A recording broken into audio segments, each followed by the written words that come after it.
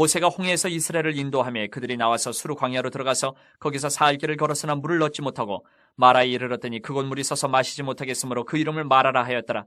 백성이 모세에게 원망하여 이르되 우리가 무엇을 마실까 하매 모세가 여호와께 부르짖었더니 여호와께서 그에게 한 나무를 가리키시니 그가 물에 던지니 물이 달게 되었더라. 거기서 여호와께서 그들을 위하여 법도와 율례를 정하시고 그들을 시험하실세 이르시되 너희가 너희 하나님 나 여호와의 말을 들어 순종하고 내가 보기에 의를 행하며 내 계명에 귀를 기울이며 내 모든 규례를 지키면 내가 애굽 사람에게 내린 모든 질병 중 하나도 너희에게 내리지 아니하리니 나는 너희를 치료하는 여호와임이라. 그들이 엘림에 이르니 거기에 물샘 12둘과 종려나무 70그루가 있는지라. 거기서 그들이 그 물 곁에 장막을 치니라. 오늘 제목은 왜 제게 승무를 주십니까? 여러분 이런 경험 해보신 적 없어요? 내가 예수님 믿고 하나님 앞에 왔는데 예배하는데 예수님 믿지 않는 친구들보다 손해볼 때가 있는 것 같다. 이런 생각 해보신 적 없어요? 나는 예수님 믿는 사람인데 왜 쟤들은 예수님도 안 믿고 신앙도 없는데 저렇게 잘 나가는 것 같고 나는 안 되는 것 같아. 예수님 믿으면 좋은 일이 생겨야 되는데 이게 별로 좋은 일이 안 생기고 자꾸 일이 꼬이는 것 같다. 말씀 순종해서 예배도 잘 나오고 수련회도 참석하고 헌금도 꼬박꼬박 드리고 근데 왜 자꾸 어려워지지? 이런 경험 해보신 적 없어요? 저는 되게 많아요. 그런 생각을 해본 적이 있어요. 오늘 읽은 이 본문에 나오는 이스라엘 백성도 그런 질문을 했어요. 지금 이 장면이 어느 장면이냐면 애굽에서 종살이 하다가 모세를 통해서 이제 애굽을 탈출해가지고 광야로 막 들어간 거예요. 홍해를 하나님께서 가르셔서 걸어서 건너고 와 해피해가지고 축제를 벌리고 소고치고 춤추고 감사합니다 할렐루야 했던 그 시기예요. 그러고 나서 이제 길을 떠났어요. 그런데 갑자기 조금 전에 말했듯이 홍해바다가 건너고 홍해바다를 건너고 그리고 이제 홍해바다를 뒤쫓아오던 군사들을 애굽의 군사들을 홍해바다를 합치셔서 다 해결해 주시고 할렐루야 하고 끝났는데 이걸로 끝났느냐? 이 기적으로 진짜 기가 막히게 찬양하고 너무 행복했지 이스라엘 백성들은. 그런데 그 기쁨도 잠시 홍해를 건넌 이스라엘 백성들이 이제 광야로 들어갔어요. 신의 왕. 그런데 그 기쁨 이후에 하루도 아니고 이틀도 아니고 3일 동안 밤낮의 기온차가 저도 이제 성지순례를 갔다 와봐서 경험을 해봤는데 밤낮의 기온차가 30도가 넘게 한낮에는 한 12시부터 한 오후 3시 정도 이때까지는 거의 40도에 육박을 해요.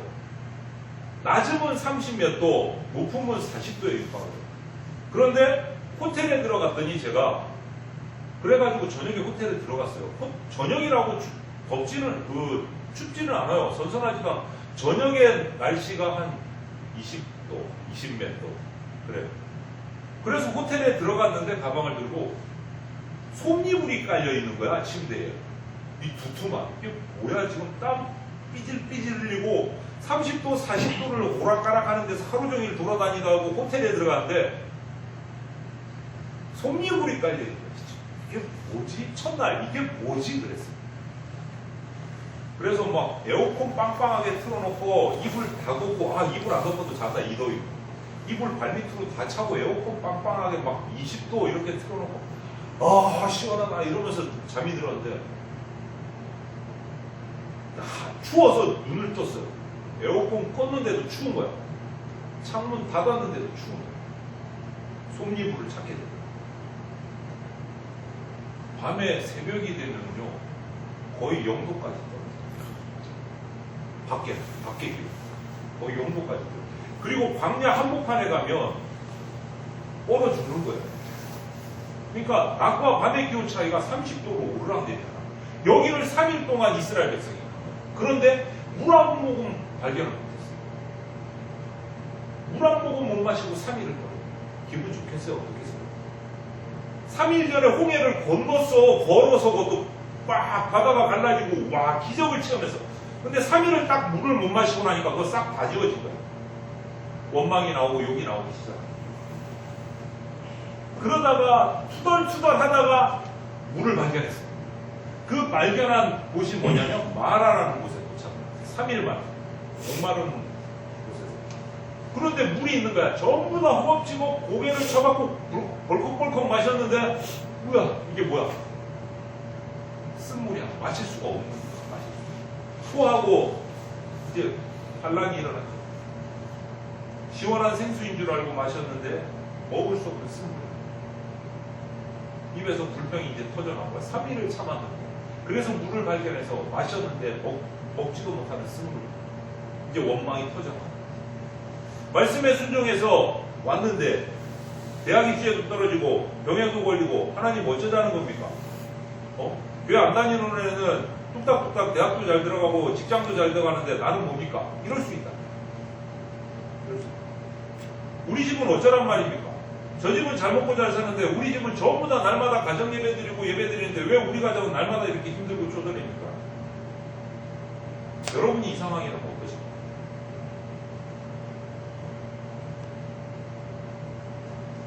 우아하게 써서 제가 제목을 이렇게 정했어요. 이렇게 원망하지 않겠어요? 오늘 설교 제목처럼. 왜 저한테 쓴물을 주십니까? 순종해서 지금까지 나와요. 왜 저한테 쓴물을 주십니까? 하나님께서 왜 이스라엘 백성에게 쓴물을 주셨는지, 그들을 이 쓴물을 통해서 어떻게 연단시키고 다루어 가시는지를 우리가 잘 그것이 우리한테 적용이 되고 싶습니다. 왜 쓴물을 주십니까? 첫 번째 쓴물을 주신 하나님의 목적은 이거예요. 훈련입니다. 25절에 이스라엘 백성에게 쓴물을 주신 이유를 이렇게 말해요.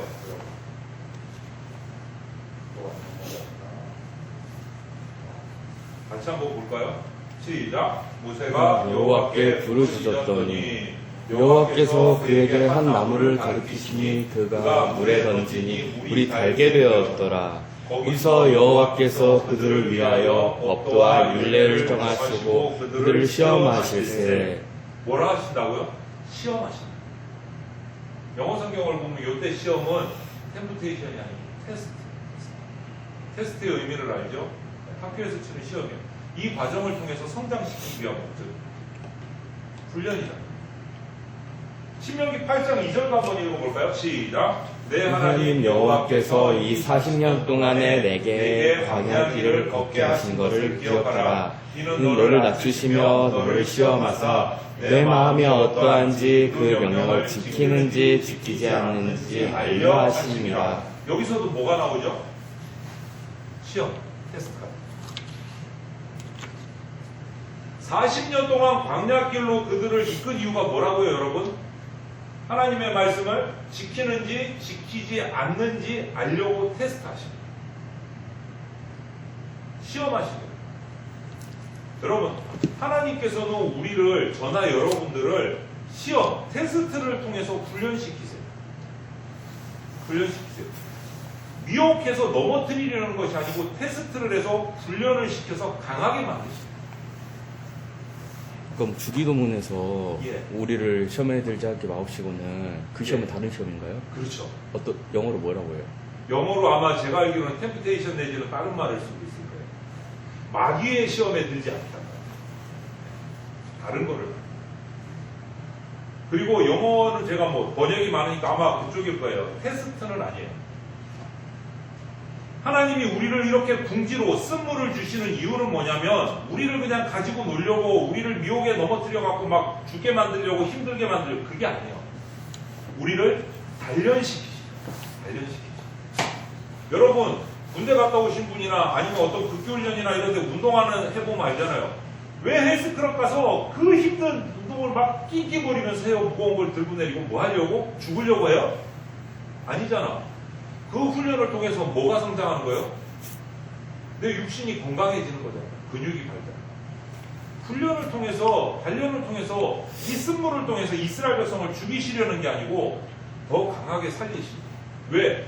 광야 40년 길을 가는 게 쉬운 일이 아니에요. 프락프락한 게 아니에요.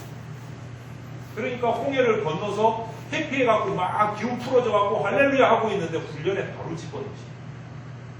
지금이 너희들이 풀어져 있을 때가 아니야. 훈련을 시키시.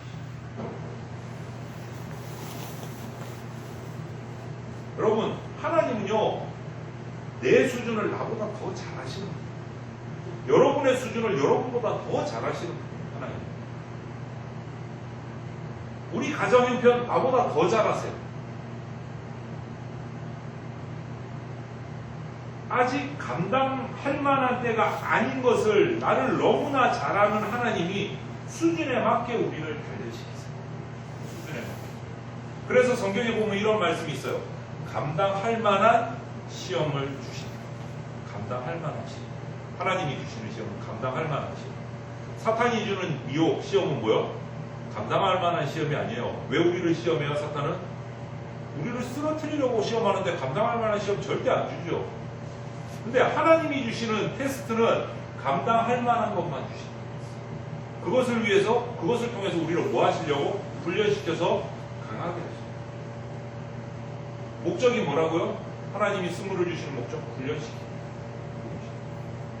두 번째는요, 하나님이 주시는 목적은 하나님의 때를 기다리십니다. 때를. 다복음서에 보면 예수님께서 사역을 시작하신 후에 첫 번째 기적을 일으킨 곳이 있어요. 어딘지 혹시 아세요? 하나님, 예수님이 이 땅에 오셔서 일으킨 첫 번째 기적이 뭐예요? 성경 상식 첫 번째 기적을 많이 일으키셨잖아. 포도주. 그렇지. 물로 포도주를 만드신 게 첫 번째 이 땅에서 일으키신 기적인데, 가나라는 마을 혼인잔치에 참석하셔서 일으키셨단 말이에요. 요한복음 2장에 나오는데, 이 혼인잔치의 기사를 보면 아주 중요한 얘기가 나와요. 요한복음 2장의 그 기사를 보면 때, 타이밍, 이거에 너무너무 중요합니다.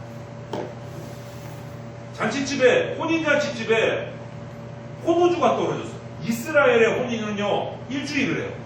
일주일. 거기에서 제일 중요한 음식이 뭐냐면, 물이 부족한 지역이기 때문에 포도가 많이 나요. 포도주를 물 대용으로 음료로 먹는다. 근데 일주일에 포도잔치에 포도주가 떨어졌어. 손님이 너무 많이 와서. 이거는 진짜 큰일 난 상황인 거예요. 일주일을 혼인잔치를 해야 되는데 중간에 포도주가 다 떨어졌어. 이거는 이제 난리가 난 거예요. 비상 중에 비상이에요. 잔치집에 포도주가 떨어졌어. 그러니까 추측을 하건대 예수님의 육신의 어머니 마리아하고 어떤 인척관계가 되는지는 모르겠는데, 이 상황을 마리아가 눈치챈 거야. 포도주가 떨어졌다. 이거 큰일이다. 방법이 없는 거야. 이 많은 포도주를 어디서 당장 가져올 수가 없어. 큰일 나거든. 그러다가 이 어머니 마리아가 예수님에게 와서 의논을 합니다. 잔치집에 포도주가.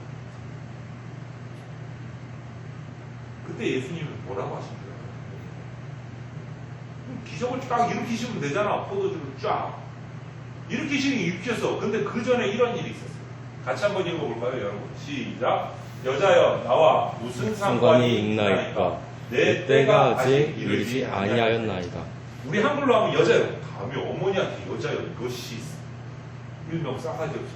아니에요. 근데 원어를 보면 이 이스라엘에서 여자여라는 단어는 되게 좋지. 우리로 굳이 말하면 여사님, 뭐 이런 아주 높은 존칭으로 써요. 근데 번역을 하다 보니까 이렇게 돼요. 이게 나하고 무슨 상관이에요, 어머니? 아직 내 때가 아니에요. 아니, 지금 포도주가 끊어져가지고 잔치가 엉망이 될 상황인데 아직 내 때가 아니에요. 중요한 포인트가 뭐예요? 때. 아직 내 때가 아니에요. 예수님의 대답이 좀 생뚱맞지 않아요? 이상하지 않아요? 갑자기 때는 무슨 때? 지금 잔치 때인데 포도주가 떨어져 있으면, 하실 수 있으면 도와주시면 좋지. 때가 딱 맞는데 무슨 내 때가 아니야. 하지만 여기서 우리가 알아야 돼요. 주님께서는요, 이 가나 물로 포도주를 만드시는 이 기적 말고도 수많은 기적들 모두를 행하실 때, 능력을 보이실 때 항상 중요하게 여기시고 있어요. 본질적인 것을 염두에 두고 계셨는데, 그게 뭐냐면 기적을 행하실 때마다 때, 타이밍, 때를 아주 중요하게 생각하셨어요. 그래서 오늘도 내 때가 아직 이르지 않았습니다.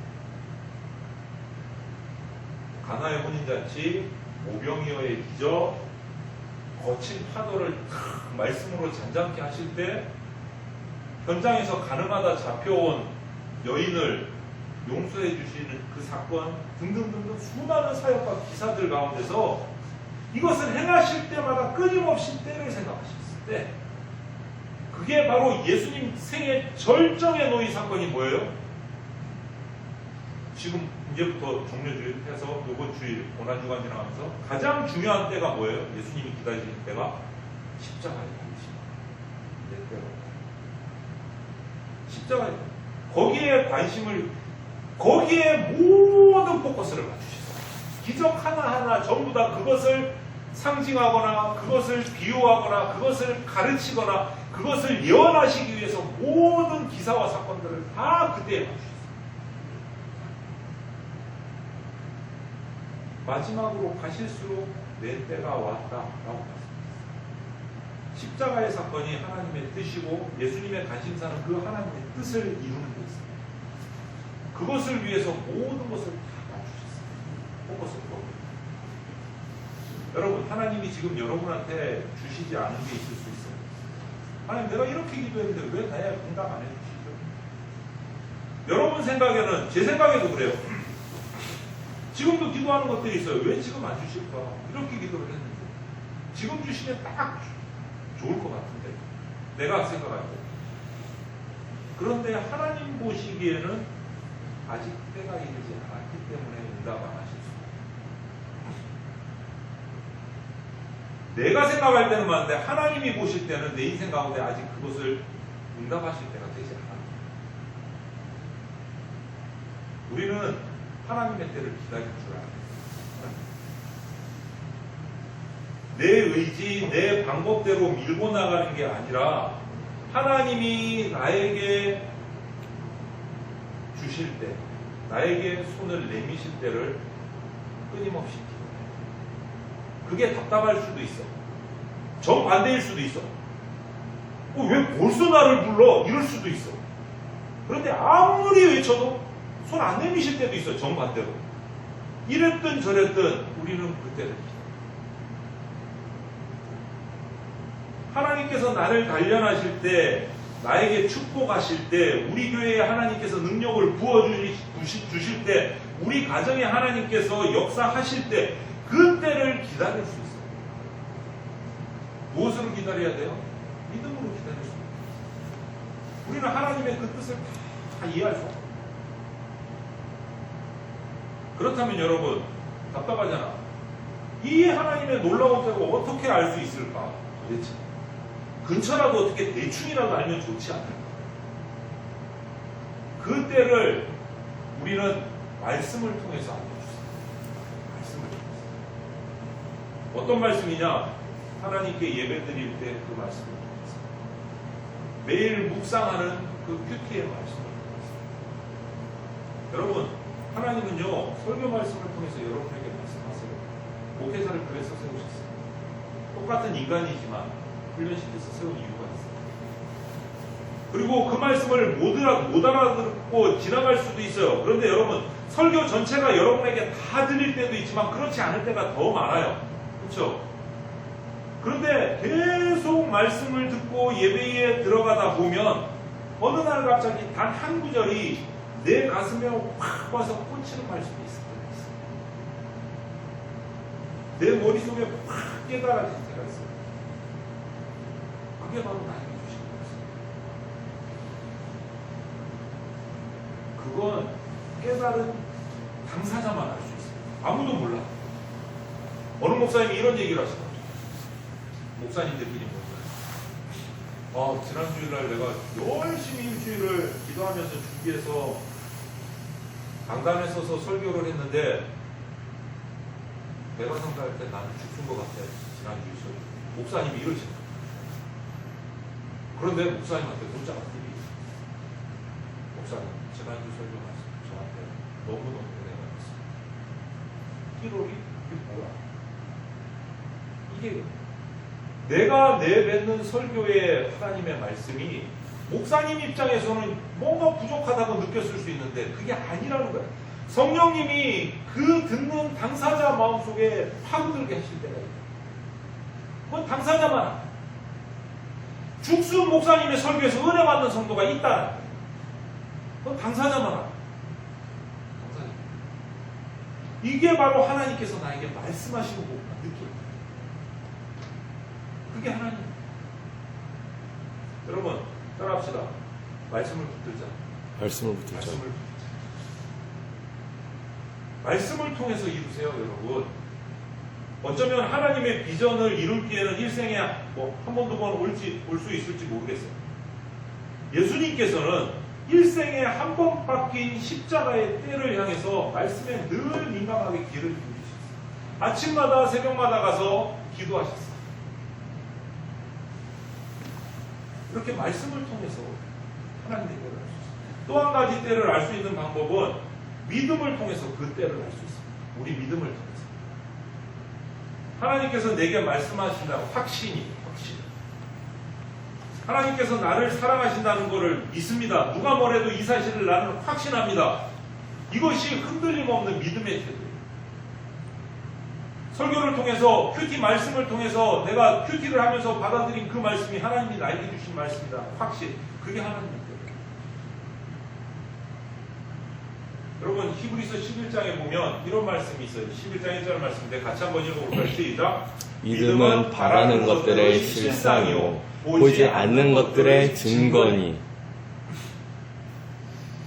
믿음은 바라는 것들의 실상이고 보지 못하는 것들의 증거라 그랬어요. 증거라 그랬어요. 여러분 믿음은 바랄 수 없는 중에 바라는 거예요. 마스크 쓰셔도 돼요. 바랄 수 있는 것을 바라는 거는 누구나 해요, 여러분. 그렇잖아요. 그거 누가 못해? 바랄 수 있는 거 바라는데 그거 누가 못해? 할 수 있지. 뭐 굳이 믿음이라고까지 말할 필요도 없는 거예요. 바랄 수 있는 거를 바라는데 그거 누구나 하는 거지. 누구나 하는 거지. 예수님 믿지 않는 사람들도 그런 믿음은 있어요. 그런 믿음이 있어요. 바랄 수 있는 걸 바라는 거예요. 그치, 원규야? 하지만 하나님의 사람들, 그리스도인은요, 뭐 한다고요? 바랄 수 없는 것을 바라고 있는 사람. 그런 사람이 그리스도예요. 그게 차이예요. 도저히 바라볼 수 없는 것, 그것을 바라는 것이 믿음이에요. 그것이 보지 못하는 것을 보는 믿음이에요. 이런 믿음이 말씀과 함께 할 때 우리는 하나님의 때를 알게 됩니다. 그러니까 이 때가 하나님의 훈련의 때임을 깨닫기 위해서 말씀에 철저히 순종하십니다. 말씀에 들어가셔야 돼요. 아, 이때가 하나님이 나를 이렇게 쓴물을 주시는 이유는 아직까지 내 기도에 응답하시지 않는 이유, 이렇게 쓴물을 주시는 이유는 내가 아주 훈련의 과정을 가는 거예요. 훈련의 과정. 마지막으로 한 가지 더 하나님께서 쓴물을 우리에게 주시는 목적은 이거예요. 예배의 회복. 하나님의 때를 알려면 여러분 예배가 회복돼요. 그게 너무너무 필요해요. 예배가 회복. 출애굽기를 보면 바로가 이스라엘 백성을 놓아주지 않으려고 모든 계략을 탔습니다. 당연하죠. 모세가 갑자기 찾아와가지고 내 백성들 풀어주시오 그러는데 그래 데리고 가. 이럴 바로가 누가 있냐고. 이럴 황제가 누가 있냐고. 노예고 잘 부려먹고 있는데 뭔가 이유가 있어야 될 거 아니에요. 이유가. 갑자기 나타나서 이스라엘 백성 내놔라 우리 갈란다. 그거 누가 내주겠냐. 누가 내주겠냐. 그때 바로가 이유를 물으니까 모세가 뭐라고 말하는가 이렇게 말했어요. 왜 나가야 되는지 이유를 설명합니다. 다시 한번 읽어볼게요. 시작. 그 후에 모세와 아론이 바로에게 가서 이르되 이스라엘의 하나님 여호와께서 이렇게 말씀하시기를 내 백성을 보내라. 그러면 그들이 광야에서 내 앞에 절기를 지킬 것이니라 하셨나이다. 절기를 지킨다는 거 하나님 앞에 예배를 드립니다. 하나님 앞에 하나님이 구약의 율법으로 정해놓은 하나님을 제사하는 그 절기들을 지키겠다. 오늘날로 말을 바꾸면 하나님을 예배드리겠다. 그러니까 우리 보내다. 진정한 예배, 신령과 진정으로 예배를 드려야 하니까 이 애굽에서 내보내 달라는 거예요. 죄 가운데 있는 우리에게 하나님께서 자유를 주시는 이유가 뭘 것 같아요, 여러분? 예수님의 십자가를 통해서 우리를 죄에서 해방시킨 이유가 뭘 것 같아요, 여러분?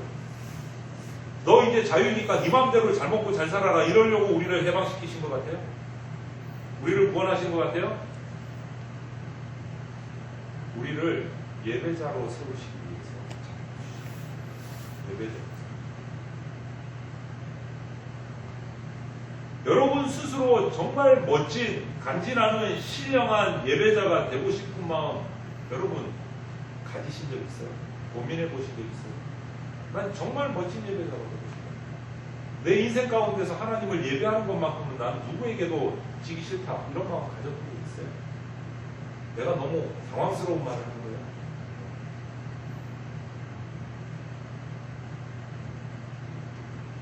카페 CCM 영상방에 제가 몇 번 올리지만 매주 빠짐없이 올리는 팀이 있어요. 아커스라는 예배 팀이 있어요.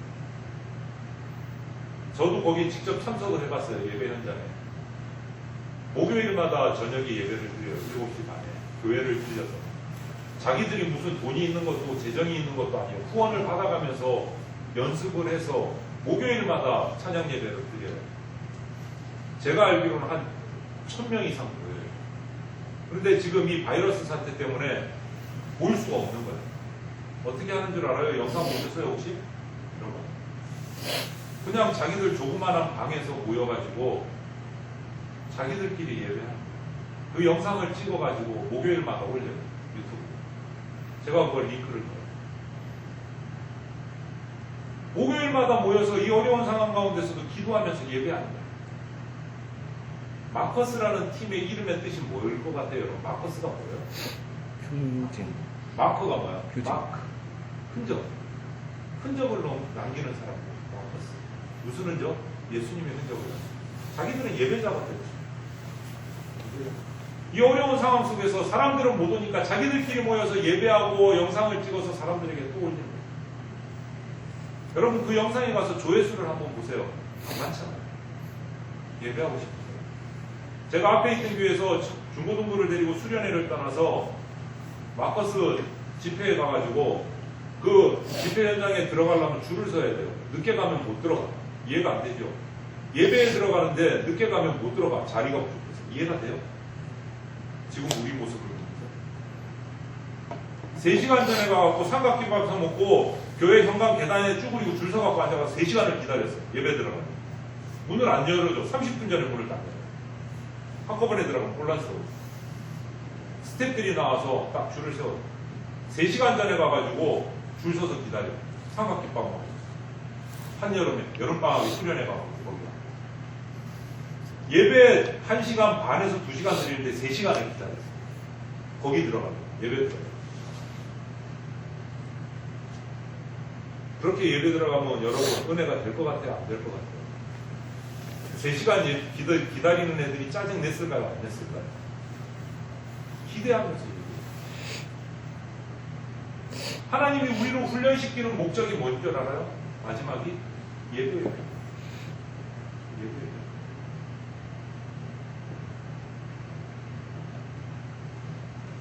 여러분 오늘 이 본문 말씀을 영적인 의미로 따지면 애국 왕 바로는요 마귀의 사역을 담당하는 거예요.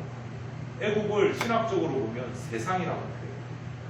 세상에서 빠져나와서 가나안 땅, 하나님이 말씀하신 가나안 땅, 천국까지 들어가는 여정이 40년의 우리의 인생입니다. 사탄은 끝까지 우리를 못 나가게 합니다, 여러분.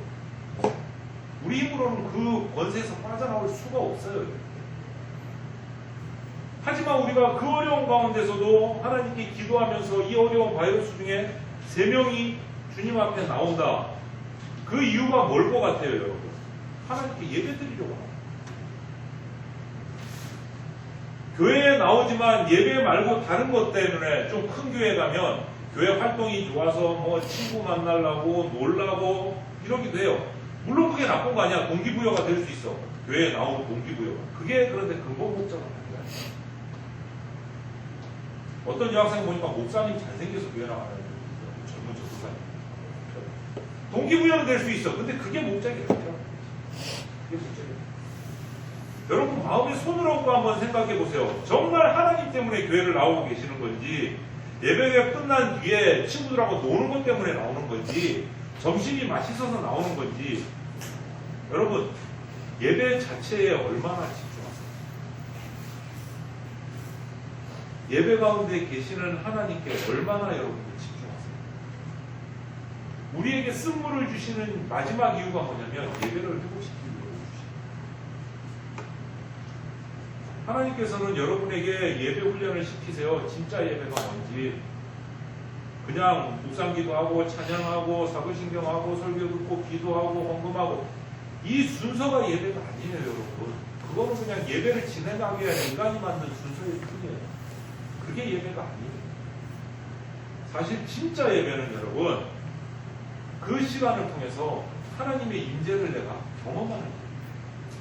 말씀을 통해서, 기도를 통해서, 찬양을 통해서, 헌금을 통해서 하나님이 나에게 주시는 그 임재를 체험하는 거예요. 그게 그래서 집중해야 돼요.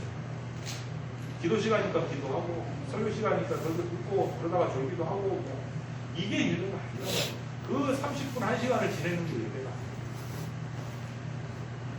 예배 시간에 찬양하다가 하나님을 느껴서 감격하고, 기도하다가 말씀 듣다가 또 하나님을 느끼고, 이게 예배. 하나님이 사랑하시는 여러분, 하나님께서 왜 이스라엘 백성에게 마라에서 쓴물을 주셨어요? 왜 여러분 인생 가운데 쓴물을 주세요? 그 이유가 뭐예요? 훈련. 뭐라고요? 훈련. 그렇지, 훈련식. 두 번째는 시험. 때. 세 번째는 뭐라고? 예배 회복. 그것을 위해서 주시. 우리가 하나님의 법도와 율례를 지키려고 말씀에 집중하고 믿음의 확신을 가지고 예배에 집중할 때 우리 변화가 시작해요. 내 내면이 변화하고 내 외면이 변화하고 내 인생이 바뀌어요. 어떤 프로그램 하나가 사람을 변화시키는 게 아니에요. 정말 좋은 프로그램 있어야 합니다. 그런데 그것은 변화시키기 위한 방편이고 방법일 뿐이지 그게 본질이 아니에요. 본질이에요. 목회자마다 그 방법을 도구는 하나씩 가지고 있어요. 저 같은 경우에는 제자훈련에 목숨을 걸어요. 근데 제자훈련을 꼭 하면 성공하는 게 아니라 제자훈련을 통해서 무엇을 위해서? 제자훈련을 받는 지체들이 변화돼서 하나님을 만나는 방법일 뿐이에요. 그게 본질은 아니에요. 여러분, 근본 원리는 우리가 말씀으로 돌아갑니다. 믿음으로 돌아갑니다. 예배로 돌아갑니다. 하나님 앞에서 왜 쓴물을 주시는지 다시 한번 기억하고 고민하셔서 정말 삶의 예배가 회복되는 그런 우리 청소년들 되고 청년들이 되시기를 주님의 축원합니다.